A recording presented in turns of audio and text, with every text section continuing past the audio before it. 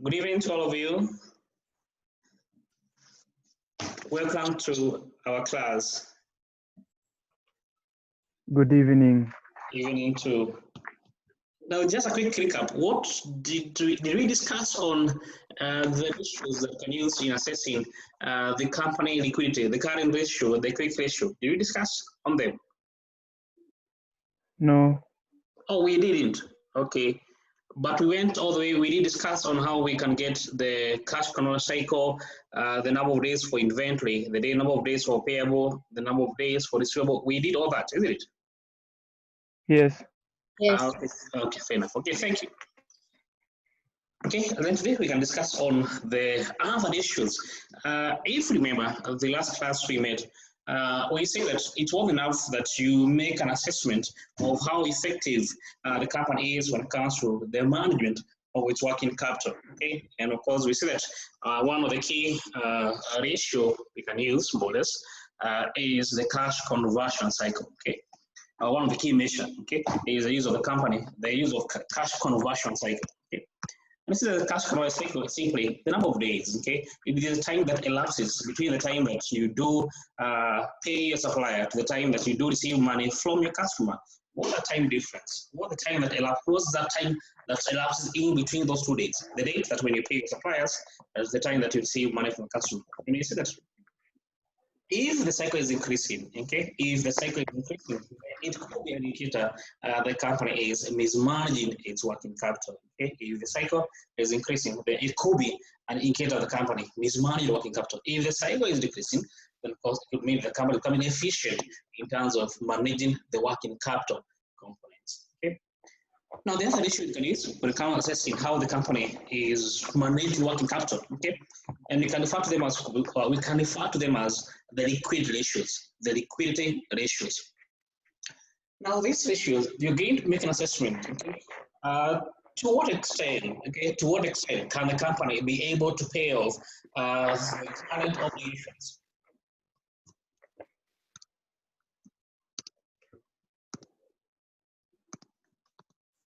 So the question is, to what extent can the company be able to pay off the current obligations from its current assets? Okay.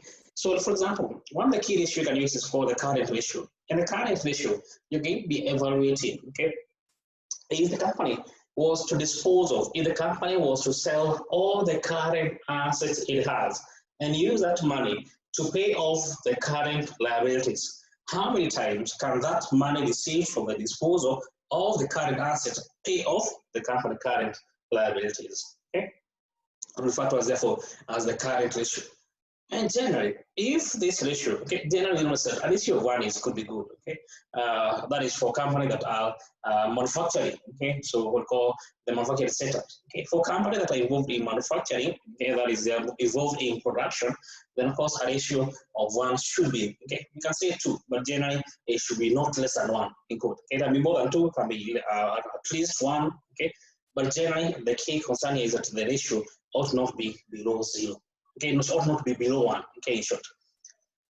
If, for example, we get a ratio of 5 times, if, for example, we get this current ratio to be 5 times, now what does it mean? It means, therefore, that if a company was to sell off all the current assets, then the money received from the disposal of the current asset, it can pay off the company current liabilities 5 times, okay?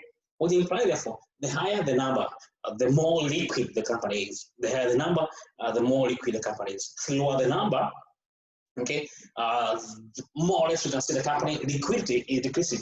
If the ratio is going to be less than 1, then it could be an indicator of company having liquidity issues. It could be an indicator of the company having liquidity issues. Okay, a ratio of less than 1. Okay, so as a company is simply trying to ensure that you do maintain your ratio at least 1. Okay, that's for the case of the current ratio. Then we have another ratio we can use. Okay, there's another ratio that we can use. It's called the quick ratio. Now, in the case of the quick ratio, now here we're going to eliminate, okay, you're going to remove, okay, the components of current assets, okay, that are deemed to be illiquid. In short, in case we are to remain with the liquid components of the current asset, we remove the illiquid components, okay? And one of the key components that is deemed to be illiquid is inventory. If we have to remove the inventory, okay, the amount that remains, how many times can it be able to pay off the company current liabilities, okay? How many times can they be able to pay off the company current liabilities? So you notice that this particular measure, okay, is more or less, is a bit more stringent, okay, when it comes to evaluation of the company liquidity, okay, because we are only going to be using the liquid components of the company current asset. So we remove the inventory, okay. So how many times can the company liquid component of current assets, in quote, pay off the company current obligations? Okay, how many times can it be? And of course, we can use more as the same benchmark. If this company is moving in production, then of course we ought to have a ratio, or at least one. Okay, a ratio less than one might be an indicator of company having issues with its liquidity. Okay. However, don't forget, I think it's this class that I showed you the accounts for Safaricom. Is it this class? Safaricom and I think Baburi. It's this class. Bamburi, yes. Yes, okay. Thanks. Yeah, because if you remember, those two companies, Safaricom had a ratio. The current assets were less than the current liabilities. Okay, of course, like Safaricom will end up having a ratio of less than one. But this with the companies that is having issues, not necessarily. Why? Because the industry, the operation of the company, dictated to have a ratio less than one. If you're going to be involved in manufacturing, Bamburi, okay, I think Unga, for example, okay, EABL to some extent, okay, then of course you ought to be having a ratio of at least one, okay. So you have to consider as you try to interpret this ratio, okay, you have to consider what industry is this company in, okay, because in case you're more towards service orientation, okay, then of course your ratio should not be more than one, okay, should not be more than one. If you're going to be in manufacturing industry, okay, then of course your ratio should be at least equal to one, at least, okay. So you have to be careful when it comes to the interpretation of the ratio, okay. There's another issue you can use, okay. I don't have it in my notes, but there's another issue we can use. Let me get my board here. It's called the cash ratio. It's another issue you can use, which can refer to as the cash ratio.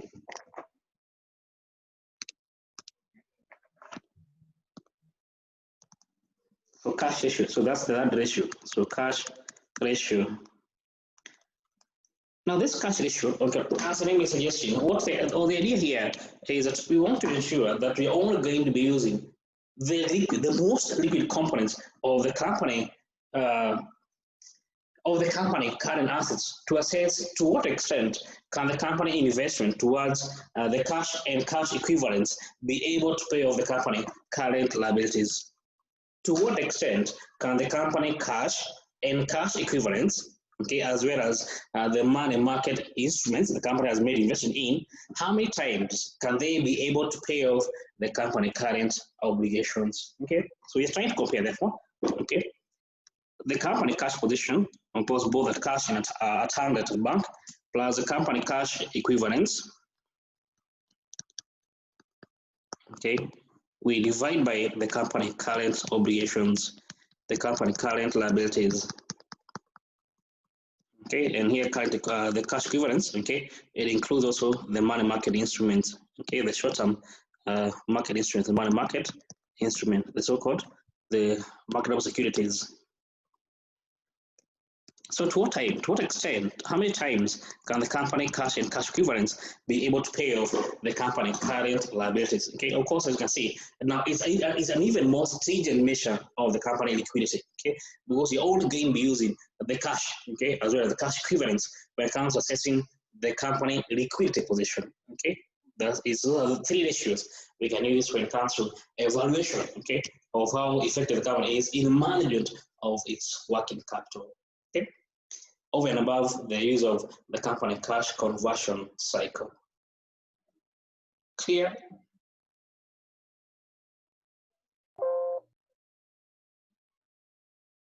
Okay. Now, there's a few questions that I think we can do to, in quote, cement what you have talked about.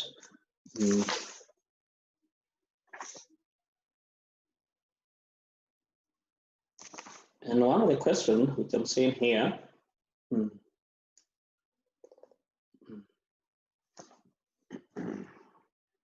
The question in page, oh, you don't have the question back. If you assess the cost in a past paper in the November 2016, question 3B, and presuppose that you have downloaded those past paper. If you check on the November 2016, okay, question 3B, okay, it's asking us to get required, one, the operating cycle, and two, the amount of working capital required. Okay, so take 2 minutes to go through the question, then we attempt together. Okay, so write down. So it's November. Let's have here. So this is November 2016, question 3B. Okay, go through it. Then we discuss together.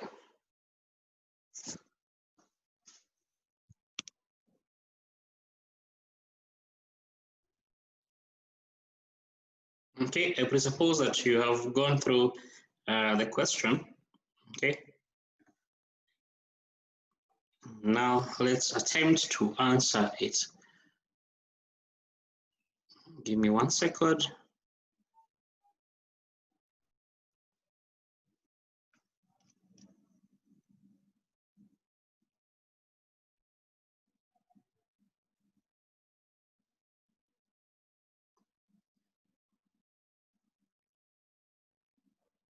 Okay, so the examiner, okay, is asking us to get the operating cycle for this company and the amount of working capital required. Okay, so this is the sitting for the November 2016, question 3B.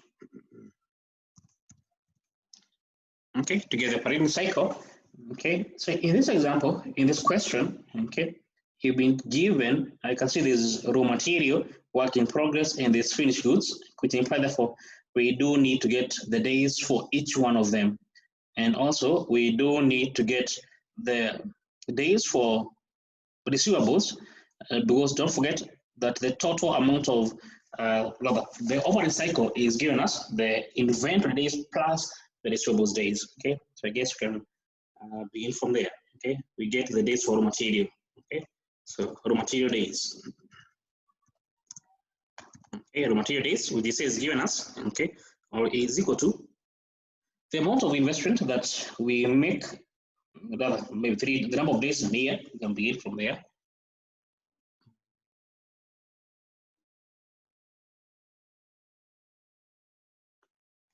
Now, someone is asking me the disposal project. The question, my question is in hard copy. So unless someone else share in the group, my question is in a hard copy. So I don't know how I can project.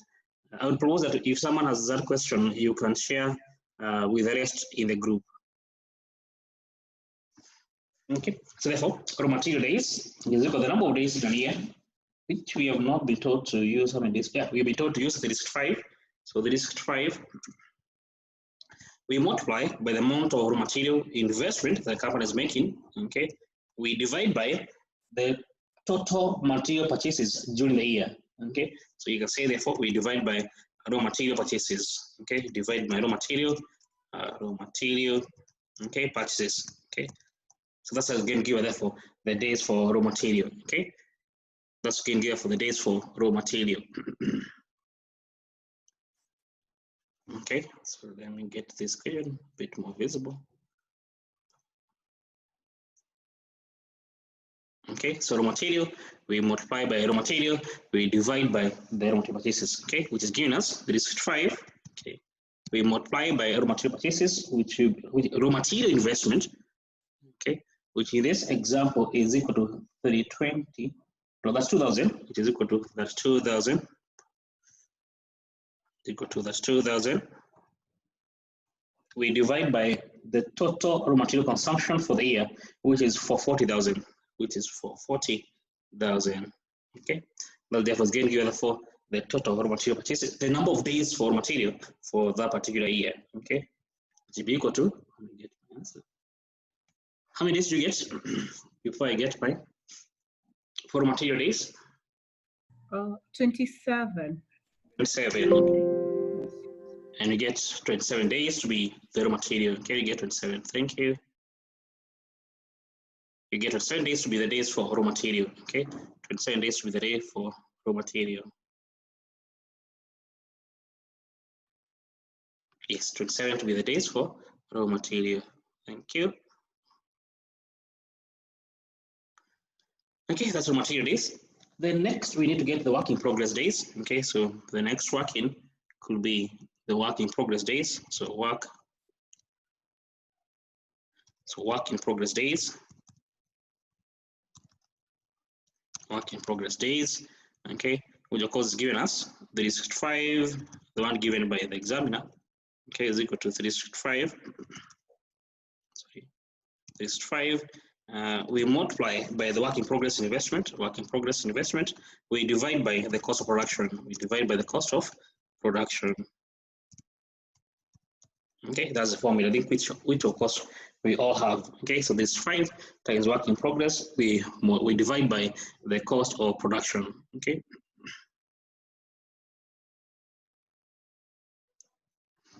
Therefore, this will be equal to 365. Okay, we multiply by the work in progress investment is that 5,000. We divide by the total production cost method is 1 million. Okay, so we divide by 1 million. Okay, that therefore is going to give therefore the total or the work in progress days. And you get how much? How many days do you get? 13 days. 13 days. Yes. Yes. Okay. Thank you. 13 days. Let me just confirm that. Yes, so you get 13 days. Okay, we get 13 days to be the raw material days, the work in progress days. Next, we need to get the finished good days. Okay, so next we need to get the finished good days, which is equal to 365. Okay, we multiply by finished goods. Finished goods. Thank you. Divide by Cost of sales. we divide by the cost of sales. Okay, we divide by cost of sale. Okay, that therefore is going to give therefore what will be the finished goods days. Okay, which in this case 365. We multiply by the finished good investment is 26,000. Okay, we divide by the total cost of sale, which is this example is 1050 or 1,050,000.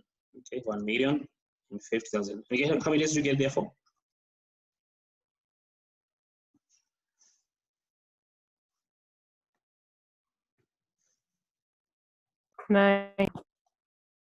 Sorry, 90. 9 days. 90 days. Nine. Nine. Okay. 9 days. 9 days. Okay, thank you. 9 days. Let's confirm. And you get 9 days to be the numbers of the finished goods day. 9 days. Okay. Now next we do need to get the days for receivable. Okay, so next working is to get the days for receivable. Okay. So the days for receivables days, which will be equal to 365. We multiply by the amount we invest in our customer, the receivables investment. We divide by the sale that we made them on credit, so credit sales. Okay, which therefore will be equal to 365. We multiply by the receivable investment as it appears in the books.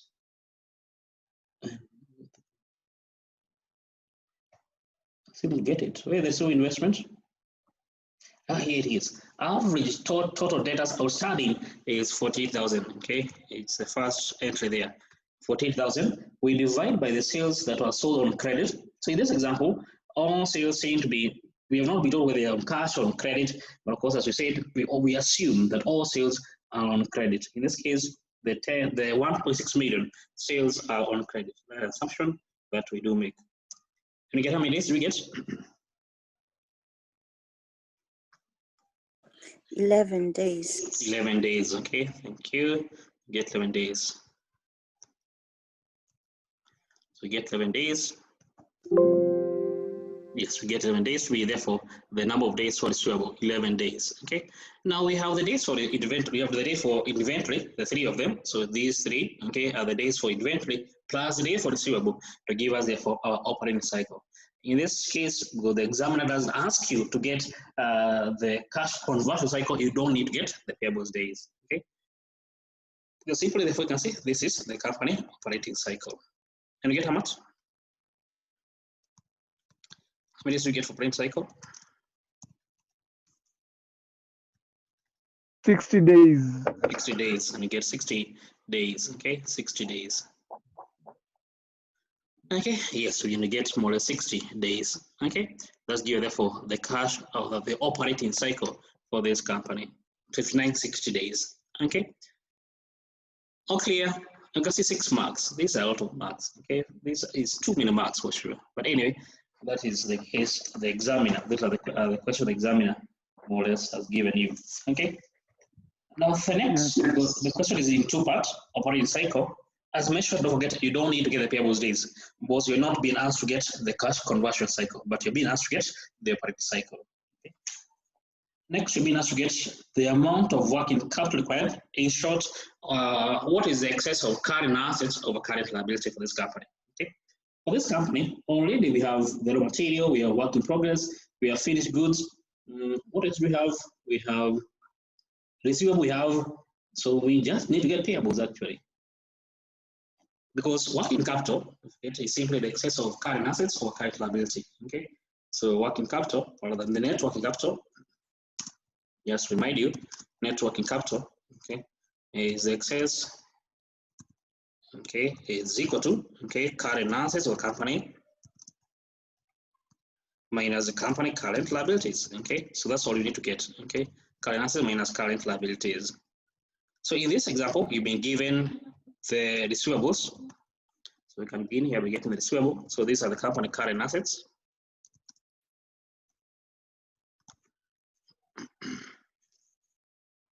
Company current assets. Okay. We have here the raw material days, the raw material investment in itself, plus work in progress investment, plus the finished good investment, finished goods investment, plus the amount we invest in our customer, the receivable. Okay, and that's it's going to give us therefore the total investment company is making towards its current assets. Okay, the shadings. So this is just picked from the figures given already. The material we have that 2,000. Okay. For work in progress is given as that 5,000. So I'm just picking from the information given to us. Finished goods may be given to be 26,000. We have receivable or debtors 48,000. Okay, and that's giving you therefore the total of current assets. Okay, the total current assets to give us. Okay, for my case, it's given me 141,000. Confirm? Yes. Okay, we get it for 141,000. So therefore, the total current assets of the company is 141,000. But you're being asked to get the working capital. So therefore, we less current assets, current liability. Okay, in this case, less payables. Okay. For payables, it is not given. So therefore, in this case, therefore, you don't need to get the payables. Okay, you need to have working for payables. Okay, so therefore, you can have here working for payable. Okay, you do a payable working here, which of course is again given us. Okay, it will be equal to the payable. So you make the payable. If you remember those formula I gave you, now you don't need to make payable a separate equation. Okay, therefore, it will be payables days. Payables days. We divide by 365. I'm just trying to make payable the side equation from the formulas that we already have. We multiply by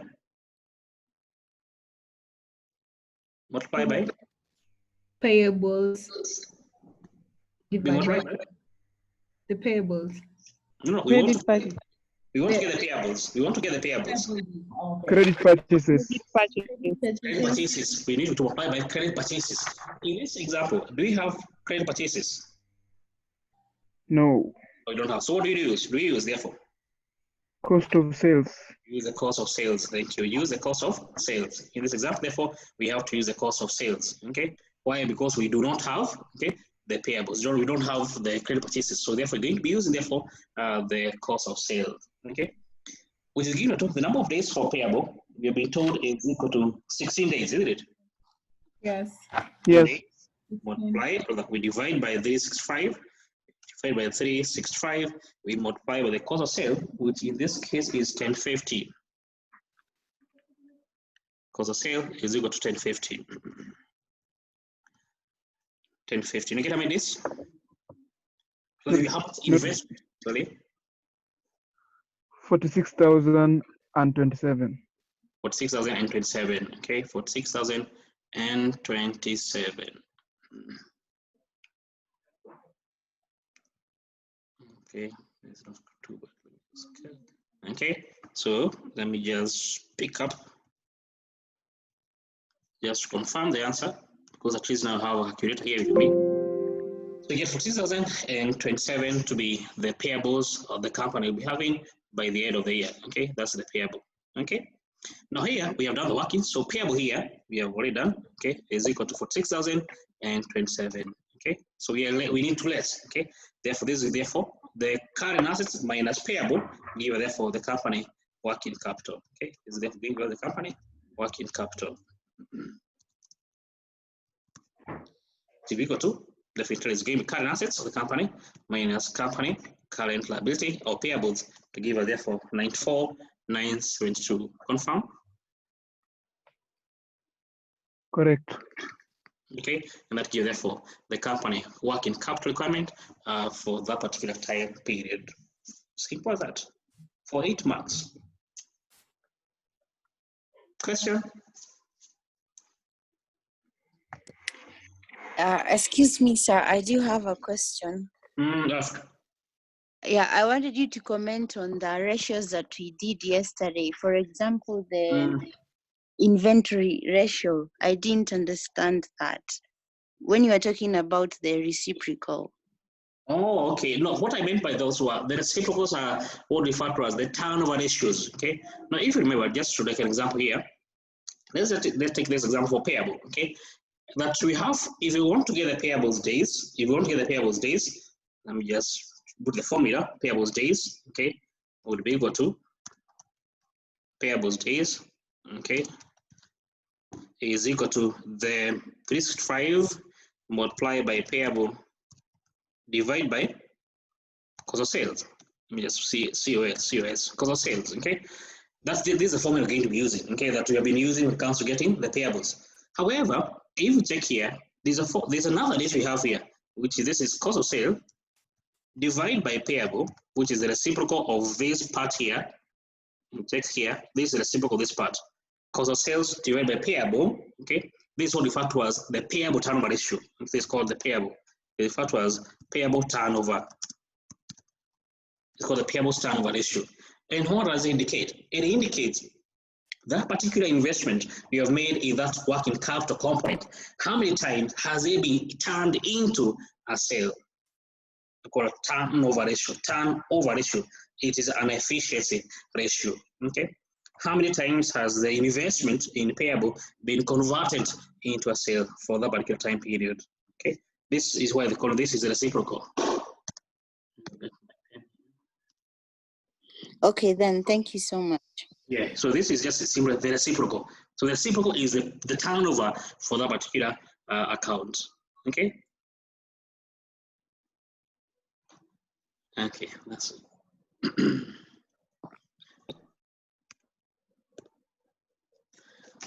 So that's from that only question. Okay. Let me see if I can get another question. Okay.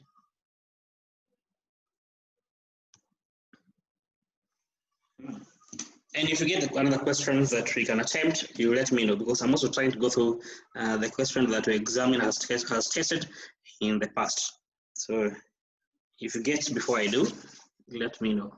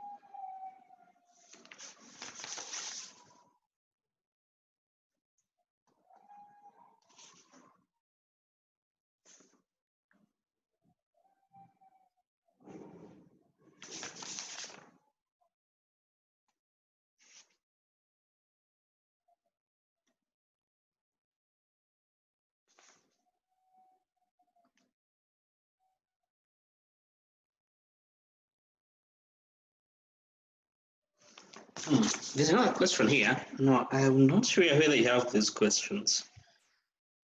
December 2018, no, sorry, December 2013, December 2013, question 3B. I'm not sure whether you have, are they on, has Cousin uploaded those questions? December 2013, question 3B.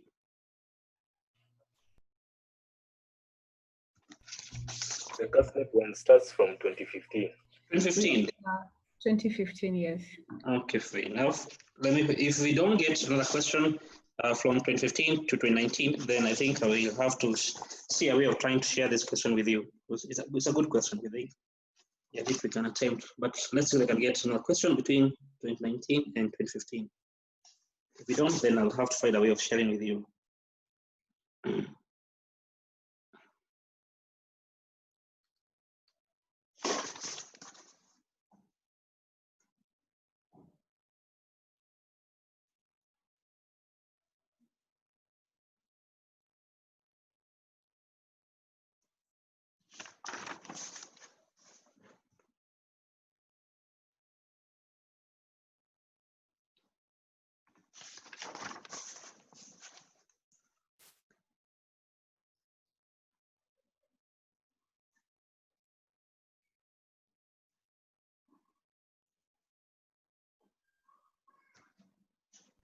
There is a question. Mm-hmm. I mean, this is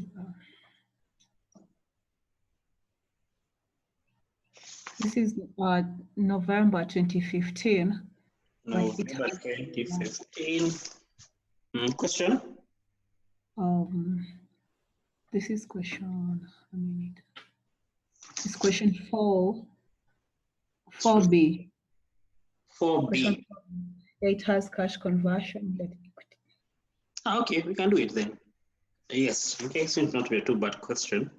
November 2015, question 4B. Okay, yeah, we can do that. So, November 20, let's just write down here. So it is November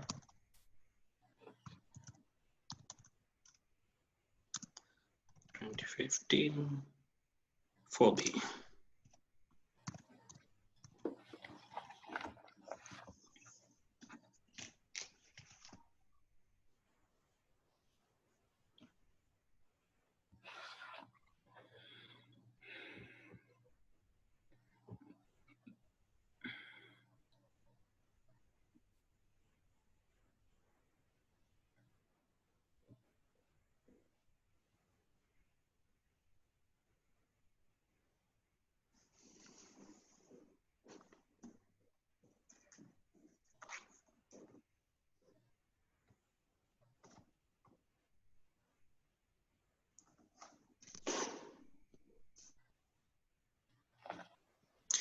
And I presuppose that you have gone through the question, okay? You've seen what the examiner expects out of you, okay?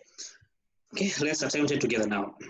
So in this example, you've been given two set of accounts for 2014, for 2013, okay? So in case you're going to be picking a balance sheet figure, okay? If, for example, you want to get the payables, okay? You want to get the payables days, okay? Definitely, therefore, you have to use the average payable because you have both the opening balances and the closing balances, okay? Because for 2014, the closing balance for 2014 is what is presented as 2014 figures. The 2013 figures are the closing balance for 2013, which are the opening balance for 2014. Okay, so in case we have opening balances for the balance sheet figures, then we use the average. Okay, maybe just to take note of it. However, for the profit and loss account, don't do the average. Okay, so only take the figures for 2014. Okay, that is case of if you're going to be using, which of course we shall be using. Okay, the figures for the statement of comprehensive income. So that one you don't do an average. But for the balance sheet figures, you're going to be using the averages. Clear? Clear. So Roman 1 is asking us to get the cash conversion cycle, okay? The cash conversion cycle, Okay, and I think this is a simple question, because if you go to the profit, if you go to the balance sheet, the SFP, the inventory is only inventory. We don't have the classification, the material, work in progress, and the finished goods. So it makes it much easier. Okay, so let's begin there by getting the days of inventory. Okay, so we can begin there by getting inventory days. So inventory days. Okay, of course it will be 365. How many? 365, 360, 365. So 365. We multiply by the amount the company has invested towards the inventory. We divide by, in this case, the cost of sale, because I don't think it's, yeah, cost of sale, because we don't have just simply the cost of sale. We don't have purchases. Cost of sales. So we divide by the cost of sales. Cost of sales. Okay. So don't forget here, for example, in this example, we are using the inventory. Let me actually, so let me just get my pen here. Here we have an inventory. Don't forget, since this is going to be from the balance sheet, don't forget you're going to use the average. However, the cost of sale, this is going to be extracted from the profit and loss account. So therefore, in this case, we don't need to use the average. Okay, that is what you have to be careful. Okay, because here we have the 2013, 2014 figures. Okay, if you're going to be using the balance sheet figure, we are going to use the average. If you're going to be using a profit and loss figure, then you don't need to get the average. Okay. Okay, so I don't know.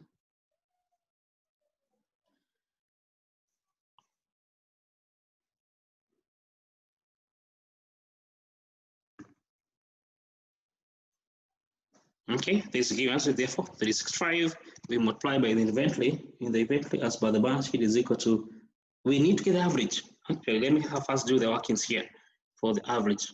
Okay, let me just see here, average inventory. I know you can get the figure from your calculator without the need to show the working, but in case you get a strict examiner, then you're going to lose some marks. Okay, so show all your workings. Okay, show all your workings. So average inventory is going to be the balance we had for 2013. The inventory was 230, so 230, okay, plus 330, okay. We divide by 2, okay. That's give therefore the average of the inventory, okay. So 330. And again, what's the average inventory? 280. 280. Okay, 280. Okay. And confirm with my calculator here. 280 and get 280. So how do we know that? We know the costs. Then I think some of the rest we need to get the cost. Actually, we have it. Cost of goods sold. We have that figure there already. So we don't need to do any calculation. Yes, we have the figure that no calculation needed. Therefore, it will equal to 365. We multiply by the inventory average, which is 280. Okay. We divide by the cost of sale, the cost of goods sold for 2014. In this case, don't get the average. Okay. So be careful there. 2135. Clear? 35. Clear? Yes. Okay. And how many days do we get for inventory? 48. That 5. 48. 48. We get 48. Yes, and you get 48 days to be the days for inventory. Okay, 48 days. Then next we get the day for receivable. We go back to the balance sheet figures given there. So this is days for receivable. Receivables days. Okay, same process. 365. We multiply by average receivable. Okay, receivable. We divide by the sales that are made on credit. Okay, credit sales. Okay, this will be equal to 365. We multiply by, we do need to get the average first. So let me have working here to get the average. Average receivable will be equal to, the average receivable is going to be equal to the opening balance. The opening balance for receivable was 170. Okay, therefore 170 plus the closing balance 220. Okay, of course we just divide by 2 to give us how much?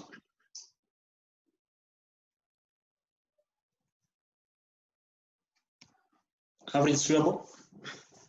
195. 195. 195. and get 195 therefore to be the average receivable. 195, okay, we divide by the sales on credit, okay, so we assume that all sales were on credit. For 2014 the sale is 3.5 million, so that 500, okay, and that's therefore again therefore the days for receivable. And how many days do you get for receivable? 20.34. 290. 20.34. Okay, so to get 20 days. So you can ignore the decimals. You get 20 days, therefore, to be the days for receivable. Okay, but receivable 20 days. Next, we need to get the payables days. Because we need to less payables days. So payables days. So payables days. Okay, which will be equal to 365. We multiply by average payable. We divide by cost of sales. Okay, we divide by cost of sales. Okay. So this is equal, therefore 365 multiplied by payable, and payable we do need to get the average. So same process. Average payable balance, opening balance from closing balance. Okay, will be equal to opening balance for payable, which 105. 105, yes. Plus 85, thank you, divide by 2, okay? 105 plus 85, divide by 2, yes, and that is it, okay? To give us 95. Give us 95. 95. Thank you. Give us 95 days. You can give us 95,000 to be the average payable. So here I have the figures here, 95. We divide by the cost of sale, and the cost of sale for 2014 was 2135, okay? 2135. And how many days do you get for payable, therefore? 16.24. Okay, 16.4. We don't need to get the decimal. Ignore the decimal, by the way. You can either round off to the nearest, but I propose that you don't take the decimal. So you get 16 days to be, therefore, the days for payables. Okay, we say that the cash conversion cycle is the inventory days, okay, plus the days for receivable minus the days for payables. Okay, therefore that's give you therefore the cash conversion cycle. Okay, so we make here cash conversion cycle.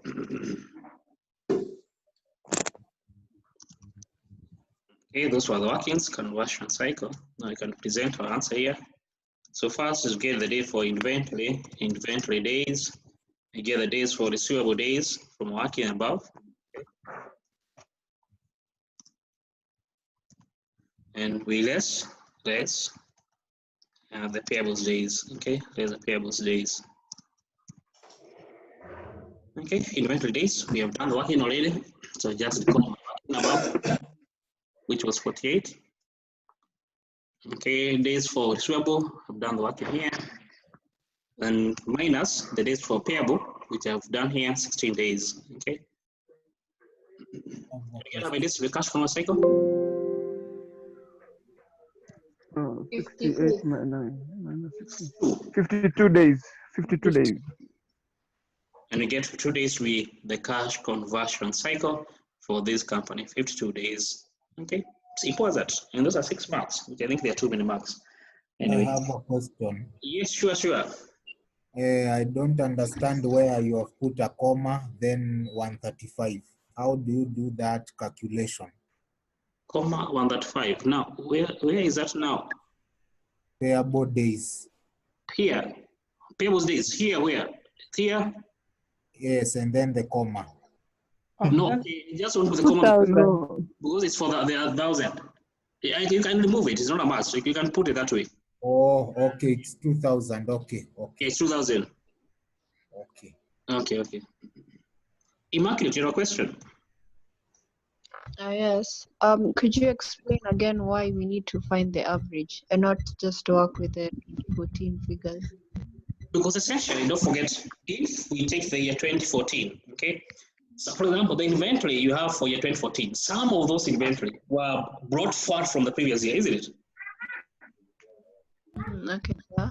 Because last year you didn't begin with the year with zero inventory. Some of the inventory you're going to use in year 2014 were from the previous year. Therefore, the inventory you have for this year include the inventory from the last year, isn't it? So the question is that therefore, what was the amount of inventory that was only used for this year? That's what you're going to get therefore the average figure. Because you want for only for this year. Okay. Is that So yeah? yeah. So that doesn't apply to the cost of sales. Now the cost of sale is cost of sales only for this year.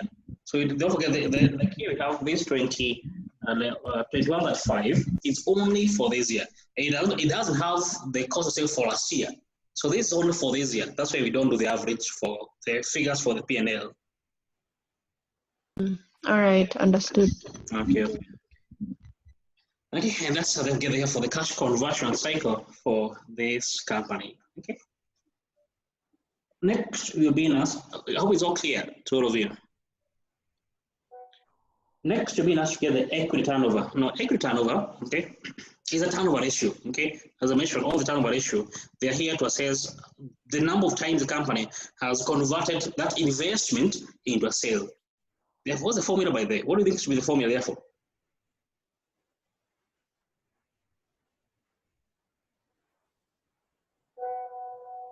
You want to see this investment, how many times has it been converted into sales? Therefore, what do you think will be the formula therefore?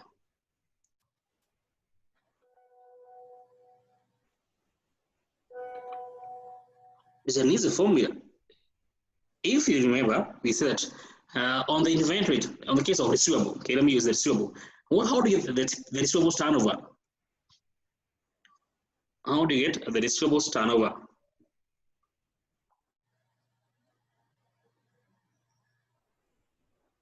You guys, we just forgotten. And we did yes, it will be? For receivables, it's a credit sales over receivables. Use the credit sales or simply the sales, we divide by the receivable, okay? That is the turnover. What about equity turnover? Use that knowledge, whatever you just mentioned, use that knowledge, okay? The receivable turnover, let me just use here by marking the receivables turnover, okay? Just make a point of refer. Yes, it's give the sales of the company, divide by the receivable. What about the equity turnover? It will be equal to? Sales over equity. Yes, to be sales over equity. Simple as that. It will be sales, we divide by equity. Thank you. It will be sales, we divide by equity. Sales, divide by equity. Okay.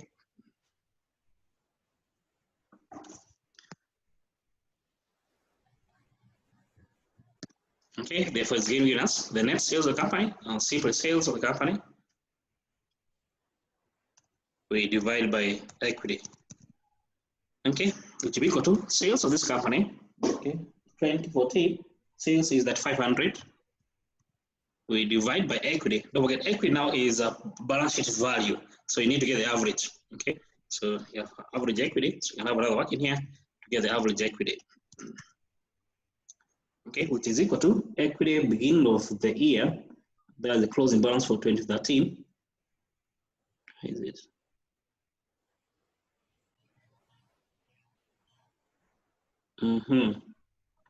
Ordinary shareholders equity. You can see that. You can see it. 995. Hope you all can see that. Yes. 995 plus the closing balance 1075. Yes, we have 1075. We need to get average, so simply divide by 2. Okay. Average equity, therefore, is how much? 1035. And that 5. This is one formula here. And get 1035 to be the average equity. So we have working here. So 1035. Okay. And therefore, what's the sales to equity turnover? What's the ratio? 3.38. You get 3.38 times to be the equity turnover, and you get 3.38 times to be the equity turnover. Yes, it is. Now, what does that mean? It means, therefore, that for every dollar, for every shilling of equity, the shareholders' money, it has been converted into 3.38 shillings of sales. Okay. Therefore, since in the turnover ratio, the higher the turnover, the more efficient or effective managers were in terms of converting working capital into converting equity into sales. Okay. Clear? Yes. Okay. Next, we are going to get us to get the fixed charge turnover. Okay, so the fixed charge cover or turnover. Okay, so fixed charge cover. Now, the fixed charge cover, okay, what we want to see is how many times can the company afford to pay the interest they're paying currently, okay? How many, from the interest you're able to pay, the interest you are paying this year, how many times can you be able to pay them from the profit you made for the year, okay? So even though it is actually in quote a turnover ratio, okay? Even though it's more of a gearing ratio, is that you're going to assess the company debt position, okay? So this is an area which you have not covered, but I guess you can introduce it even before we reach there.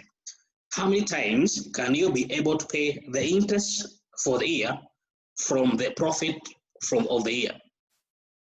Okay. Therefore, from that description, what do you think there should be the ratio? The fixed charge cover, not charger, but charge cover, okay, is the number of times the company can be able to pay the interest they paid that year from the profit that was made that year. Therefore, what do you think is ought to be therefore to be the ratio?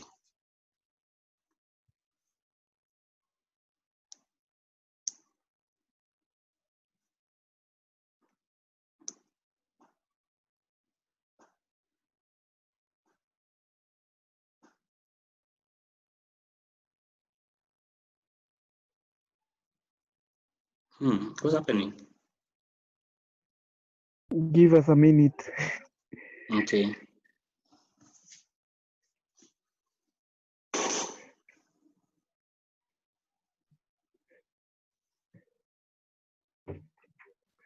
And as you think through, let me just repeat what it means. How many times can you be able to pay off the interest you paid that year from the profit you made that year? So it's profit divided by the interest. Profit divided by the interest. Are you sure? Think through. Profit divided by the interest. Yes, it is actually. But what profit measure? I agree. It is profit divided by the interest. But what profit measure do you use here? You want to see how many times the interest you paid that year you can pay from the profit for that year. I agree, it is profit divided by the interest. But for the profit, what exactly are you going to be using there? Is it the net profit? Net profit. Don't forget, net profit. When you're going to look at the P&L, just where it is. When the exams you get the net profit, already you have deducted the interest, so you're going to be accounting for it. Can you see? Because net profit is less the interest already. Excuse me, sir. Yes. I think you are going to use profit that you've not deducted interest. Profit before interest and tax, we divide by the interest. Thank you. Yes. Okay, we divide by the interest. Let's again therefore give us the fixed charge cover. It is a profit just before you deduct the interest. Okay, let's give therefore what I call the fixed charge cover, or sometimes referred to as actually. You can just give this term. Okay, it's sometimes referred to as the interest coverage ratio. The interest coverage ratio. Okay, these mean one the same, but sometimes you never know. The exam can give you this term and you get confused. Okay, so they mean one the same. Therefore, it's given us the fixed charge.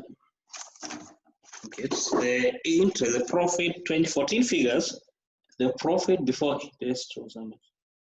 In this case, it's what is it? The examiner is calling the operating profit, which is 258. You divide by the interest for the year, which in the interest for the year, net interest, which is 74, to give us.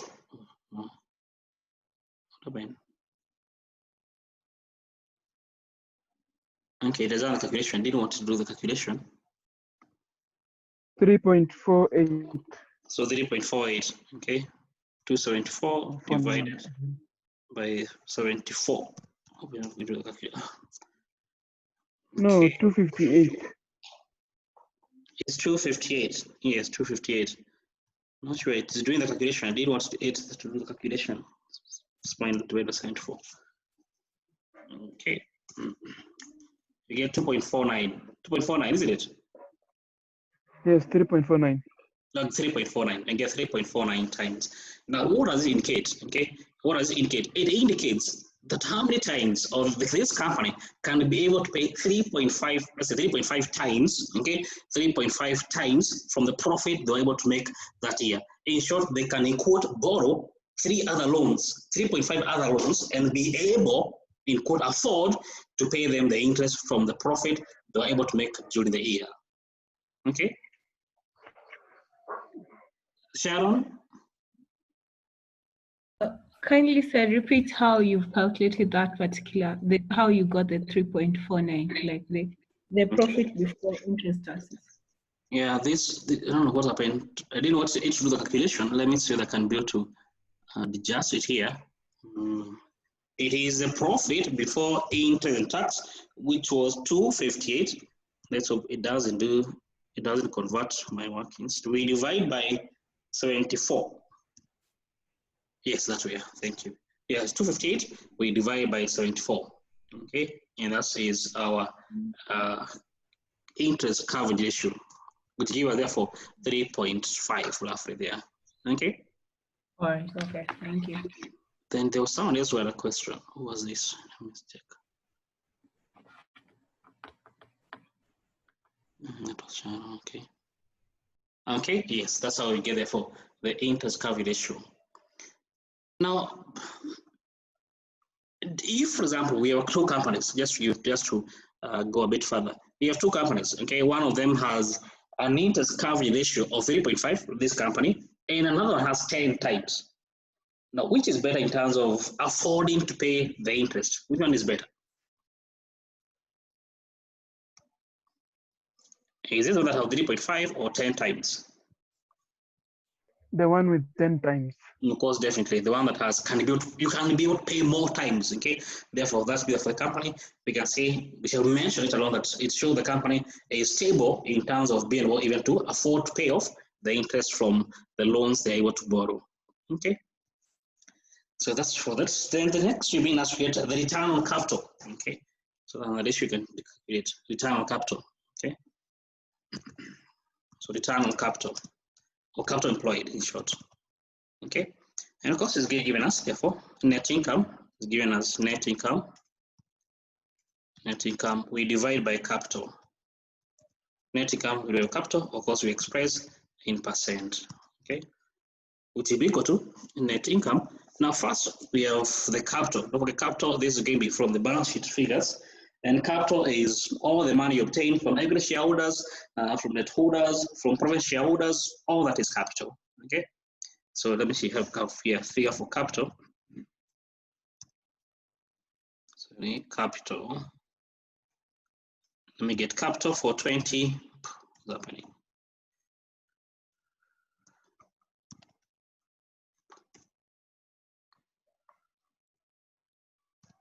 Capital, let me have there for 2014. Okay, the capital for 2014 will be equal to,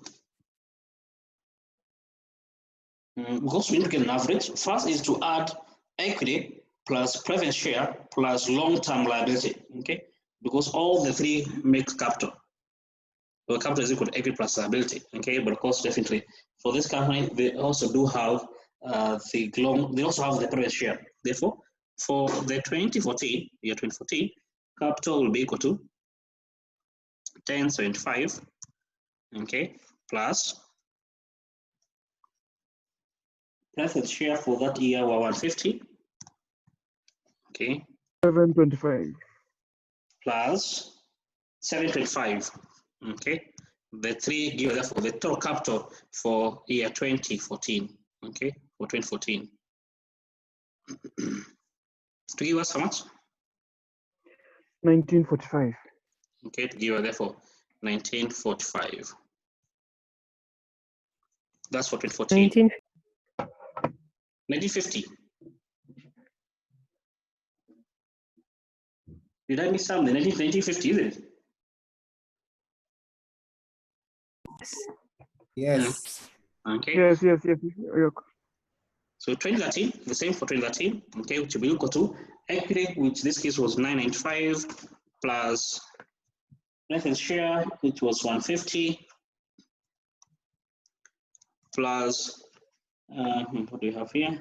Long-term liability for that year was 620. Okay, give us how much to be electoral capital for 2013? 1765. 1965. Okay, 1765. Okay, the next thing is we get the average capital. Of course, we do need to record the average capital. Average capital for the year was what was brought forward, okay, which in this case is equal to, for 2014, for brought forward was 1965 plus what was for the year, which in this case is 1950, and of course we get the average, okay. And you get what's the average you get? 1857.5. 1857, okay, let's just do it and get 1857.5. Okay, let me just put here how the workings is like, divide by 2, because we want to get an average, and we get an average figure equal to 1857. Now, going back to a formula, we need to get the return on capital. Okay, return on capital, you see, is given us the net income. We divide by capital. In this case, the average capital. In 2014, the net income is equal to 129. I think you can see that we have 129. We have 129. Okay, divide by the average capital, 1857.5, and of course we express the percent. Okay. Have we done that? And of course we have answer. And you get how much? 6.9%. 6.9%. 6.9%. Yes, we get 6.9%, therefore to be the return on capital employed. I think 3 marks also. Okay. It's all clear. Lillian? Yes, I have a question. Can you please pardon on what makes up the capital? Or capital is during that year, who are the financiers? Who gave you money? Okay. Long-term capital, long-term finances. So first, the shareholder gave you money. The private shareholder have given you their money, and debt holders has also given their money. So there are 3 people who are giving you their money. So you should therefore you're going to be adding, okay, the equity plus private shares plus the long-term liabilities. Well, these are long-term capital providers to the company. Okay, thank you. Okay. Thank you. Okay, enough. That's on that question. Okay.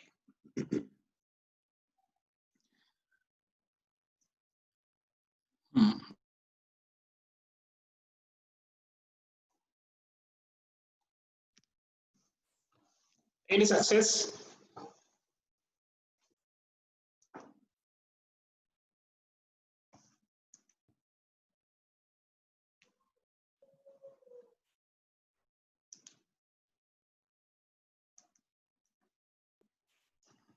We are somewhere. Somehow.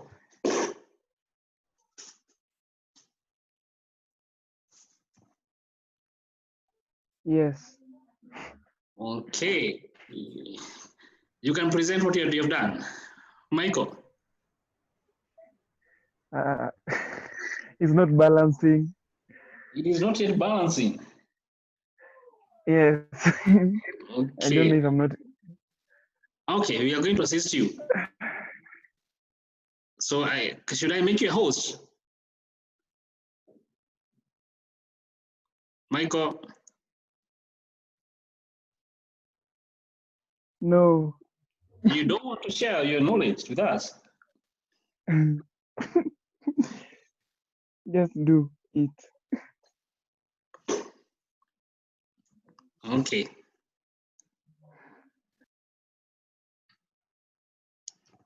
Sarah. Sarah.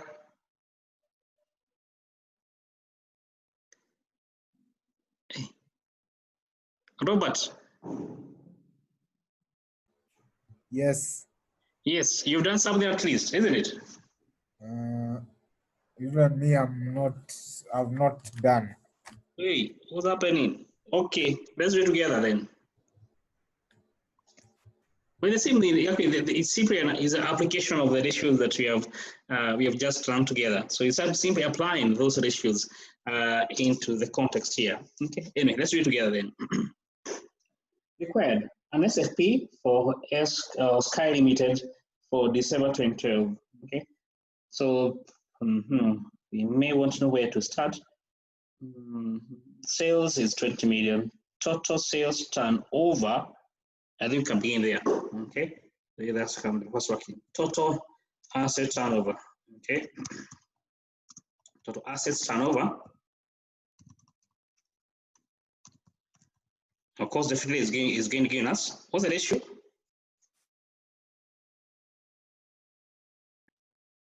Two. What's the ratio? What's the ratio? And the formula is for the ratio.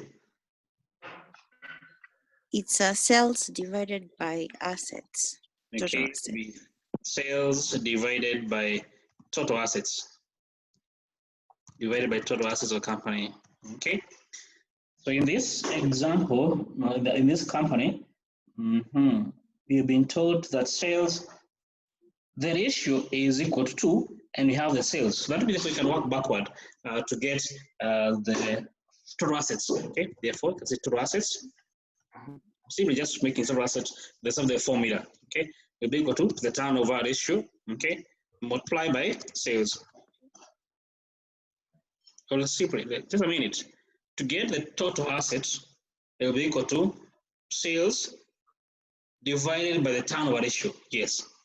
Because I just make, let me just illustrate. I'm trying to say here.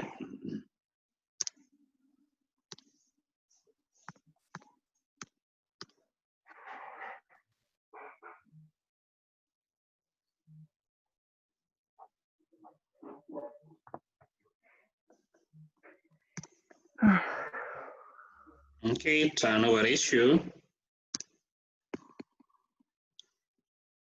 is equal to turnover ratio is equal to sales.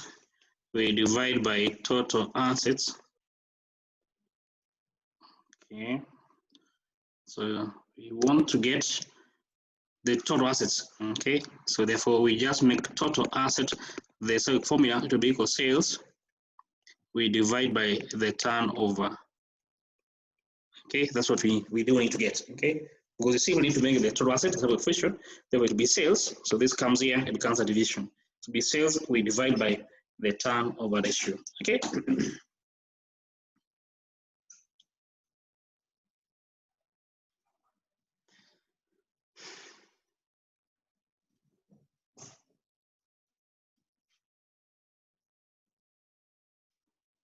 Therefore, to be equal to total assets, it will be equal to total assets in sales of the company divided by turnover. Let's put half here down. This will be equal to sales of the company is 20 million. So 20 million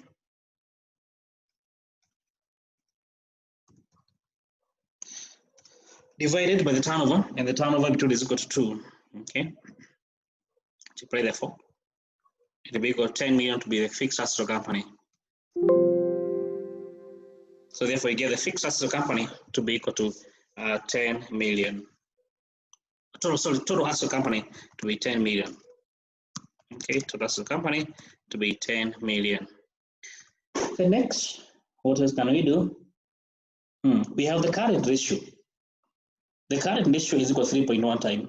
No, we do. In that case, we do need first to get the current assets.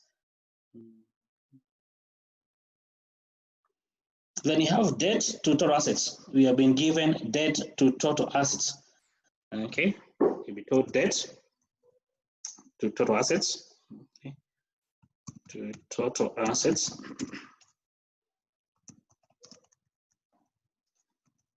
Of course, the ratio, okay, is self-explanatory. Is simply debt we divide by total assets. Okay, of course we express it as of course we express it as a percent. Okay, therefore to be equal to debt of the company and debt of the company. Do we have the debt? No, we don't have the debt, but we have the total assets and we have the ratio. So we can work backward to get the debt. Okay, where the debt is going to be equal to the ratio times the total assets. Okay, what I mean by that, let's illustrate again, is we have debt to total assets, which is equal to 30%. We need to get the debt. Therefore, we can say debt should be equal to 30% times total assets. Clear? Okay. Clear. So therefore, simply need to get, we say debt to be equal to 30%, okay, times total assets, okay, times total assets to be equal to therefore 30% times total assets, which we got 10 million. Okay, we got 10 million here from our previous working. Okay, and that therefore will give therefore the company total or the debt of the company. Okay, therefore debt. So actually this should have done here. Let's call this debt. Therefore debt will be equal to 30% for assets. Okay, which will be equal to therefore. Okay. Sorry. Therefore, debt will be equal to, okay, 3 billion.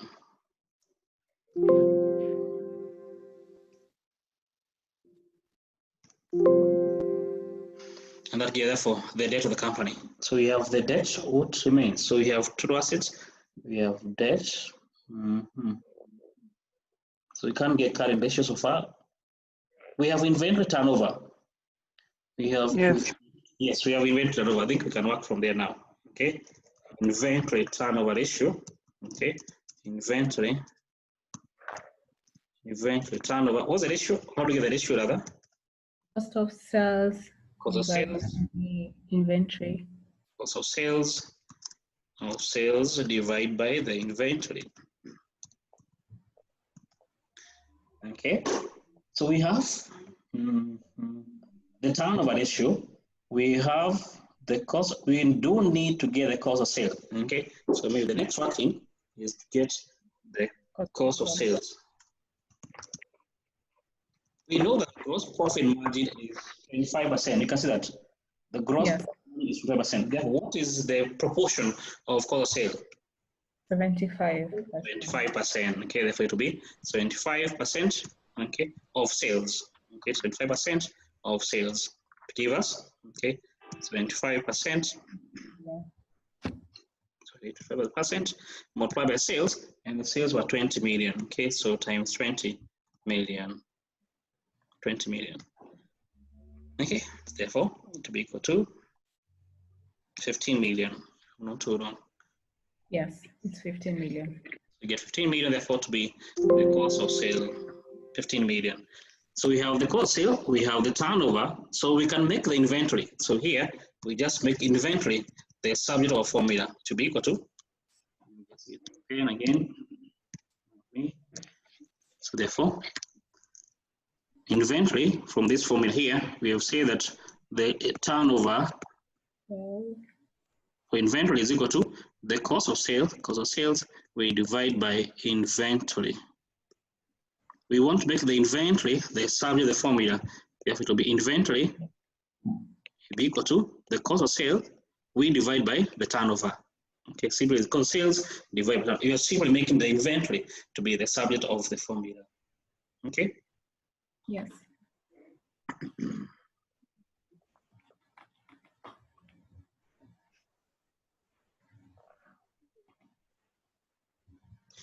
So inventory therefore will be equal to the cost of sales divided by turnover. Okay, so inventory turnover, so which we could call sales, we have gotten to be 15 million. So 15 million divided by turnover for inventory, which is 5. Okay, which is equal to 5. Okay. Therefore, do we get 3 million? Yes, 3 million. So you get 3 million to be the inventory balance. Okay, 3 million to be the inventory balance. What else can we do? I guess it's something we cannot spell to. We have the receivable. We also have the receivable turnover. No, this is, sorry? We can do receivables. We can do receivable, isn't it? Yes. Yes. Yes, we can do receivable. So let's have therefore next working to be on the receivable. Okay, so my next working, let's do it on the receivable. And these are days. These are days. Okay, so days. Okay, from the formulas we know, therefore it's going to be 360, 365, 360. 360, okay, multiply by receivable, divide by the sales that are made on credit. Okay, so credit sales. Our main concern is to get the receivable. So simply make the receivable the subject of the formula. Okay, so you simply make the receivable the subject of the formula, which will be equal to receivable is equal to the number of days for receivable, or simply therefore data 18. As days, divide by 360, we multiply by the sales that are made on credit sales. Okay. To be equal to days for debtors is 18, so 18 divide by 360, multiply by sales. We assume that all sales were on credit. We multiply by 20. Yes. Give us how much? 1 million. Give us 1 million. Okay, to give us 1 million. And get 1 million to be therefore to be the investment the company has made towards their receivable. Now we have to make an assumption here that the company current assets is made of 2 components: inventory and the receivable. That's his assumption we have to make here. The company current assets is made of those 2 components. So here, therefore, you can see therefore the company current assets total, okay, is receivable plus inventory. Okay, receivable we have obtained 1 million, so therefore it will be 1 million for receivable. Okay, plus inventory, which we got what we have done the working on. We got 3 million. We got 3 million. Yes. We got 3 million. Okay, to give us therefore a total of 4 million. Okay, 4 million to be therefore the company total current assets. So we have the current assets and we have the current ratio, isn't it? Yes. We can work backwards to get the current liability. Okay, current ratio. Okay, current ratio. It says given us the company current assets of the company. We divide by the company current liabilities.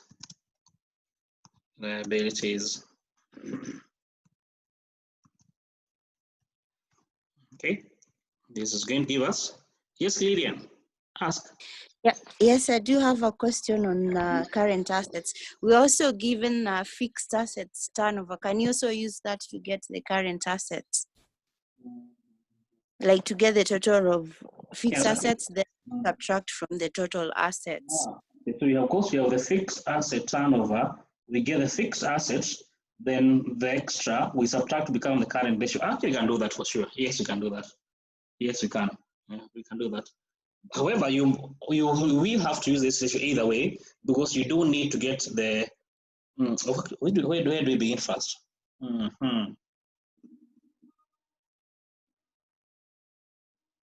I hope the two ratios are going to give us the same fix. They're going to give us the same current assets. Anyway, let's continue this one. We are going to this. I did that. Sir, yes. I did that and it doesn't give the same 4 million.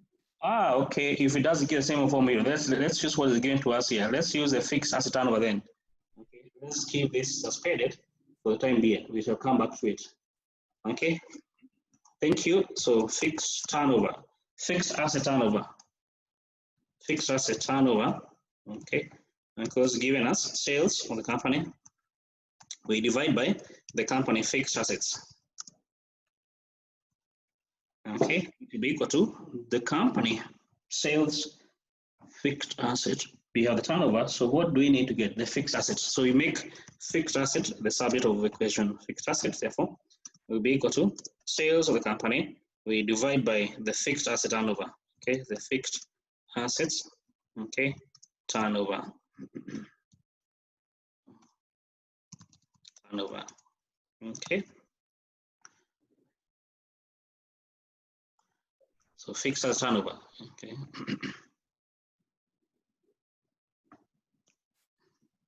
Okay, so what don't we have? We have sales, we have the turnover. Yeah, we can get it. Will therefore be equal to the fixed asset. The sales is 20 million, so 20 million divided by the fixed asset turnover, which is 5. Okay, that's you are going to give therefore fixed asset company to be equal to 4 million.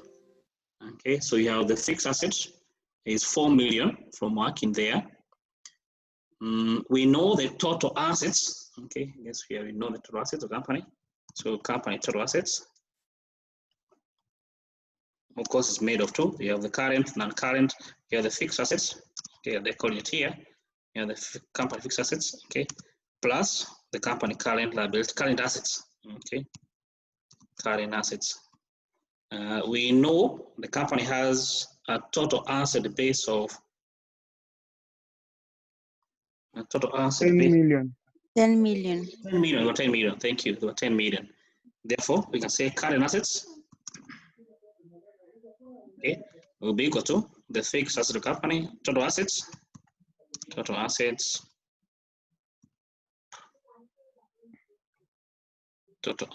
of the company minus fixed assets, which is equal to 10 million minus what you have just obtained, 4 million.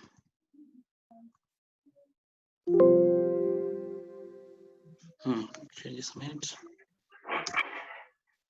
We get 6 million. Let me just show the working for it. Yes. Therefore, it's going to give us the 4 million we need. 6 million. Therefore, you have the company current assets to be equal to 6 million. Wow, which is different from what we had here. Because here it's 4 million. So it means therefore there's a figure that is missing for current assets. Okay, let's check this. Excuse me, sir. Yes. Can we assume that is cash balance? Yes, we can assume there's cash balance. That's a good assumption to make. We can assume that the balance is the cash balance. Sure, we can do that. Okay, that's an assumption we are going to make. Sorry. So you see that the balance of 3 million is going to be the cash balance. Okay. So current ratio, company current assets, and that one we assume when preparing the financial statement. Current ratio, current assets, we divide by current liabilities. Yes, that's okay. We know the current assets, we know the current ratio. Therefore, now we can get the current liabilities. So we just simply make current liability to be the subject of the formula. So current liabilities will be equal to the current assets of the company. Current assets we divide by the current ratio, isn't it? Hope you're all together. If someone is left behind, you need to let me know. So current liability of the company, therefore, is current assets of the company. We divide by current ratio. We have the current assets to be 6 million. So I need to remove this, because this is not the case here, because this was the old working. So let me just remove it. Okay, so we know the company current assets we have just obtained to be 6 million. Therefore, it will be 6 million. We divide by the company current. We divide by company current ratio, and the current ratio is 3. So we divide by 3. Okay, and that therefore is going to give therefore what ought to be the company current liabilities balance, which is 2 million. Clear? Clear. Yes. Okay, what else is remaining? We have debt, we have current liability, we have current assets. I think we are done actually. Yes, we are done. We're more or less done. Yes, I think now we can prepare the SFP. Okay, let's prepare. This company is called whose? This company is Sky Limited. Okay, so Sky Limited, and maybe just a statement of finance. I have a question. Yes. When it comes to preparing the SFP, Yes. is profit considered as part of capital? Is profit considered part of capital? It is considered the profit as far as what is going to be part of equity is retained earning, not profit, but retained earning. Okay. Because you can make profit, but you pay all those profit as dividend to the shareholder, so it does not appear on the balance sheet. So it is what is retained, what you didn't pay the shareholder. Okay. Okay, so that first December 2012. Okay. Hey, what happened here?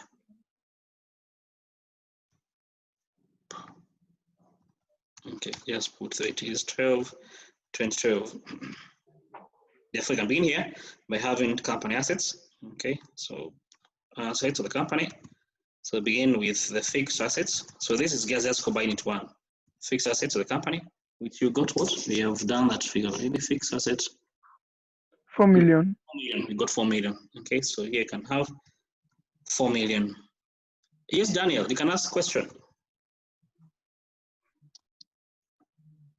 Daniel, Yeah, I have a question. yes, ask. Yep. Yeah, in under current ratio. Current ratio, yes, here. Yeah, we are given the ratio as 3:1 and not 3.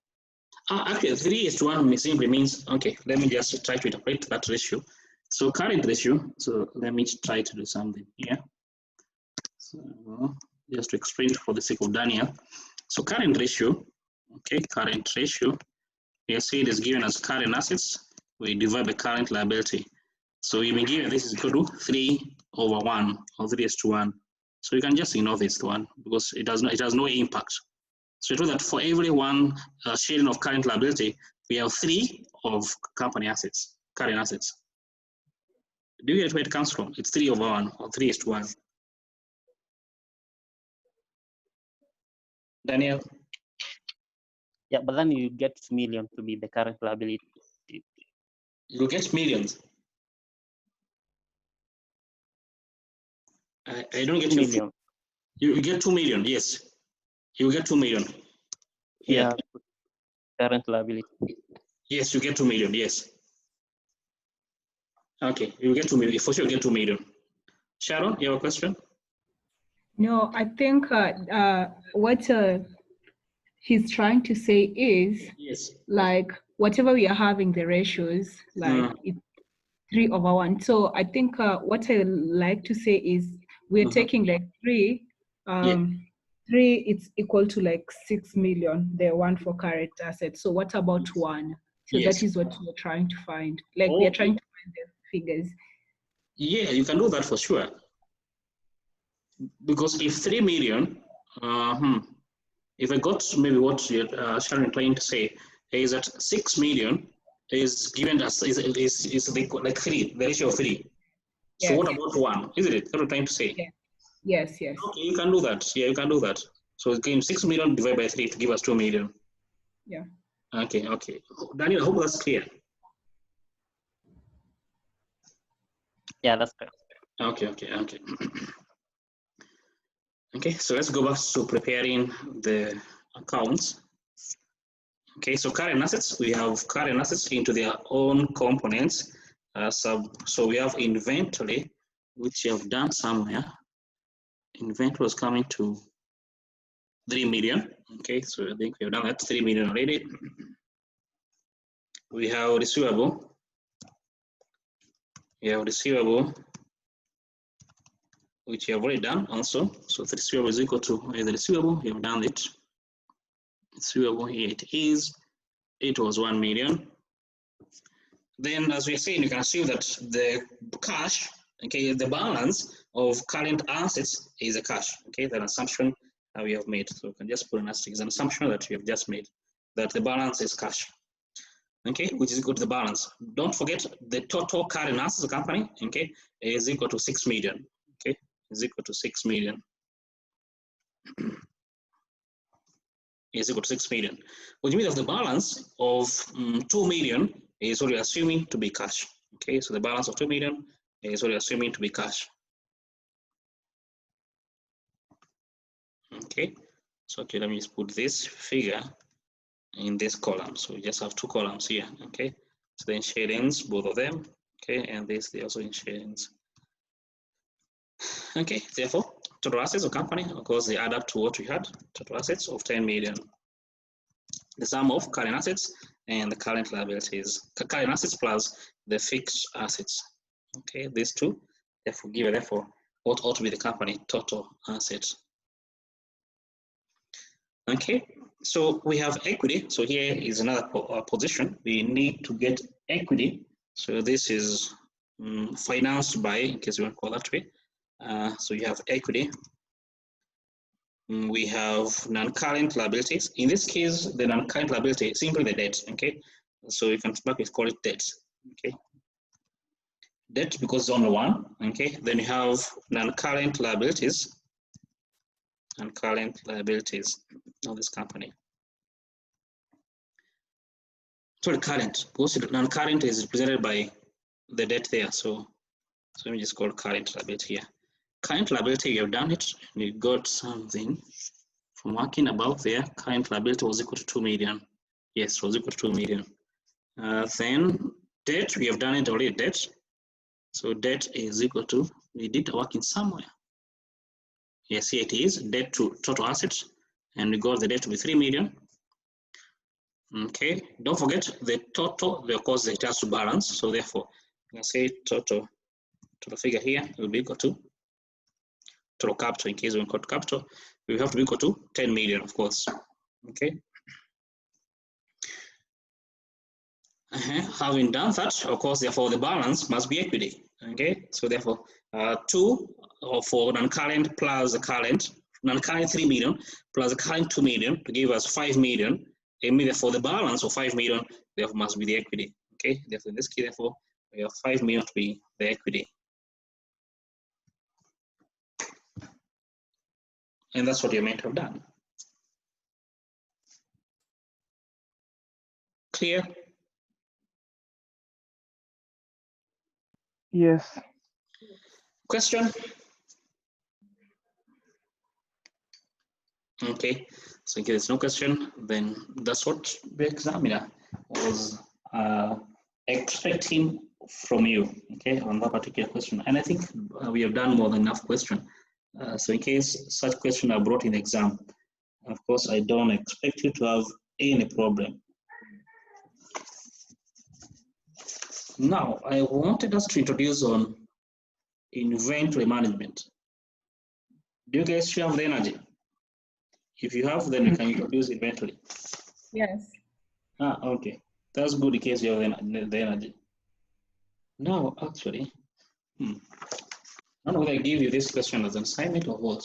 More or less a very similar question with what you have just done. So on which page is this?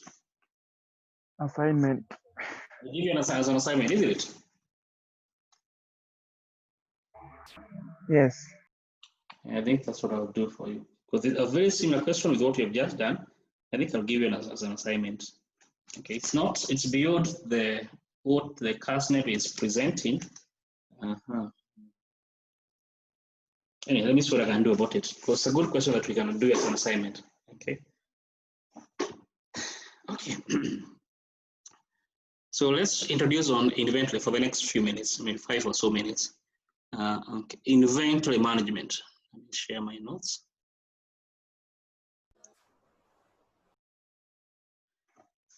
Okay, managing inventory. Now this is a subtopic, okay, which you have already done in management accounting, okay.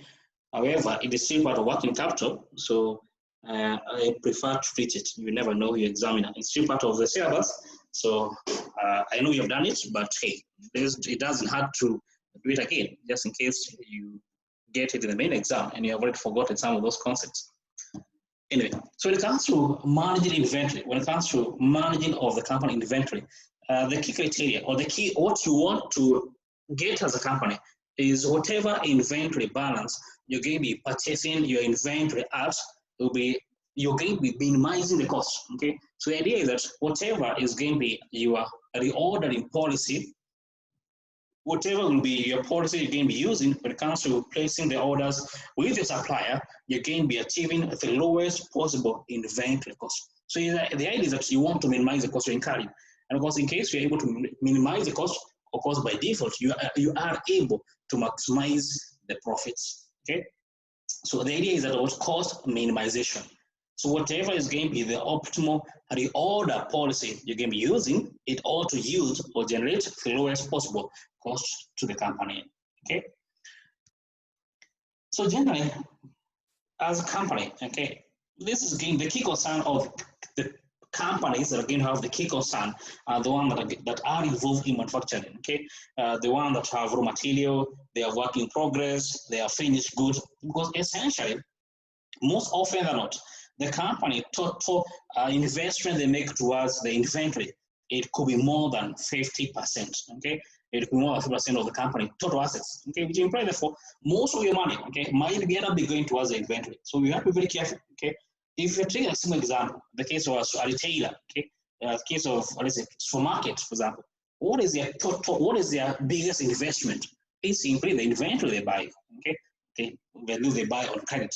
But it is one of the key inventory they have is on the inventory. Okay, would imply that in case you're not very careful, then you might be tied down so much money on the inventory and which might not be yielding profits. Okay, don't forget, before you convert that inventory into a sale, it is a capital tied down. Okay, so you have to be able to take a balance. Okay, how much of inventory do we need? Okay, should we increase from a current level or should we need to decrease for inventory balances? Okay. So you have to be able to know what is therefore is the optimal balance. Either way, you don't want to have a scenario where you have very low investment towards the inventory and high investment towards inventory. The concern for low investment towards inventory is the chance of stockouts. Okay, you don't have a case where you have customer coming to purchase from you. However, you can't supply them. Why? Because you have run out of stock. Okay, you want to avoid situation where this customer will end up purchasing from your competitor because every time they come to your shop, they don't find what they need. Okay, of course. In the case of the higher inventory balances, of course, they have their own costs. Okay, one of them that you'll be having too much investment you've made towards inventory. Okay, and of course, don't forget every investment you make towards working capital, someone must finance you. Someone must give up their money to you. Okay, would imply therefore those people who finance working capital, they do require a return at the end of the day. Okay, so it doesn't matter whether you've made a sale or not. You must pay the providers of capital. If you're getting it from shareholder or you're getting from the bank who is financing you through overdraft or bank loans. Okay, so you have to be able to ensure that you get to know what is my optimal balance of inventory. What do I need to? What should I be keeping in stock? Okay, avoiding chance of stockouts and chances of having excessive inventory. Okay. So, of course, having high inventory, of course, as mentioned, has of course its own cost. Okay, of course, you'll be paying for inventory too early. Okay, in case you do purchase high, if you make high purchase, you do make high purchases. Okay, for the key concern actually is not with the purchases, because either way, whether you're going to have high inventory or low inventory, okay, you have to pay for the inventory. Okay, so the key concern is on the holding cost. Okay, on the holding cost. Holding cost, as mentioned, as you did mention, okay, in MA. It has a cost to be carried for having that good, for maintaining, okay, the condition of the inventory in its usable format. If they are goods that again they are perishable, then of course you have to store them well. Okay, the cost you have for renting the place where you store those goods, the warehouses you have. Okay, if they are perishable, you need to keep them in maybe air conditioned room. All those kinds of costs. Okay, you need to hire having securities. Okay, to ensure that the goods are not stolen. Okay, you may want to pay for insurance, okay, to ensure the goods are not stolen. At the same time, those goods, they don't get destroyed along the way, okay. So you want to ensure, so all the costs you incur, okay, to having or for maintaining, okay, the goods in their usable format, okay, condition is come part of holding cost, okay, as well as actually, okay, the finance cost, okay, the finance cost. Here, by the finance cost, I mean that if you can have a commodity, you keep it for 1 month, that implies therefore someone gave you money to buy that inventory, and that inventory was in the warehouse for 1 month. Don't forget, the person who gave you the finance, at the end of that 1 month, they do want return. And the return they want is give increasing the more inventory you do keep. Okay? Which imply therefore high inventory imply high financing cost. Okay? Than the cost, therefore, you did consider that part of the holding cost is the finance cost. Okay, if the bank gives you loans to purchase raw material and purchase material for conversion, okay, so don't forget there will be a credit return. The longer you stay with your money, the more finance costs it will be attaching for the finance they are going to be extended to you. Okay, so the more holding, the longer you hold your inventory, the more becomes of the holding costs, and one of them is on the finance cost. Okay, of course, it's another cost. Okay, we have here the insurance, for example, obsolescence, the chance the good may become obsolete. Okay, you buy too much inventory, the market, the demand changes within a night. Okay, today the goods is of high demand. You buy excessively. Tomorrow the demand is gone. Okay, you buy let's say the high-end iPhones. Okay, too much of them. Okay, it's good to have stock, but hey, in 3 months' time, a new iPhone is coming up. What happened to the old stock? You have to maybe sell it at throwaway price. Okay, so you have to say all this income part of you having high inventory balances. Of course, the opposite side of it is the cost of having low inventory. Okay, one of the key costs is what referred to as the stock out cost. The stock out cost. Okay, in this case, when it comes to the stock out, one of the key examples of trying to quantify the stock out cost is if a customer was come to your premises and they don't find that commodity, okay, in your premises, one of the ways is that you may want to, you may have to, you may not be able to make that sale, okay, which implies therefore if you can't be able to make that sale, that customer may end up purchasing from your competitor, okay. The potential profit you can make from that sale is lost. So that lost profit, that lost potential profit is become part and parcel of the stock out cost, okay, for that particular sale. In future, if the same customer comes to your premises, asks for the same commodity, okay, and you don't have it again, then of course you're going to have the customer moving out of you forever, okay. That implies therefore all the other potential sales you have made to this customer are lost, okay. Become part and parcel of the stock out cost, okay. Then if, for example, you're a company and you don't want to manufacture, if this customer seems to be a good customer, the purchase they want to make from you is good enough, okay? So you can opt to reset your machine and manufacture to satisfy the demand of this customer. Don't forget, every time that you're going to be restarting in quote the machine, they do come at cost, okay?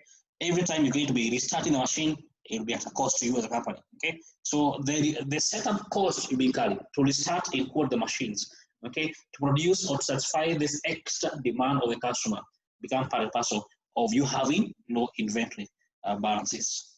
Okay, both sides they have their own costs as well as they do have their own benefits. Okay, however, you have to quantify. Okay, you have to not quantify. You have to strike a balance between high inventory balances and low inventory balances. Okay, where is the balance so that we don't have we reduce the cost of having high stock costs. At the same time, we reduce the cost of having low inventory, the cost of having low inventories. So it's about striking a balance, okay? And that's where once we next time we shall be discussing what are some of the models, okay, that you can use when it comes to estimating what ought to be the optimal amount of inventory we ought to be manufacturing or the optimal amount of inventory we ought to be purchasing from our suppliers. Clear? Clear. Okay, fair enough. Then I think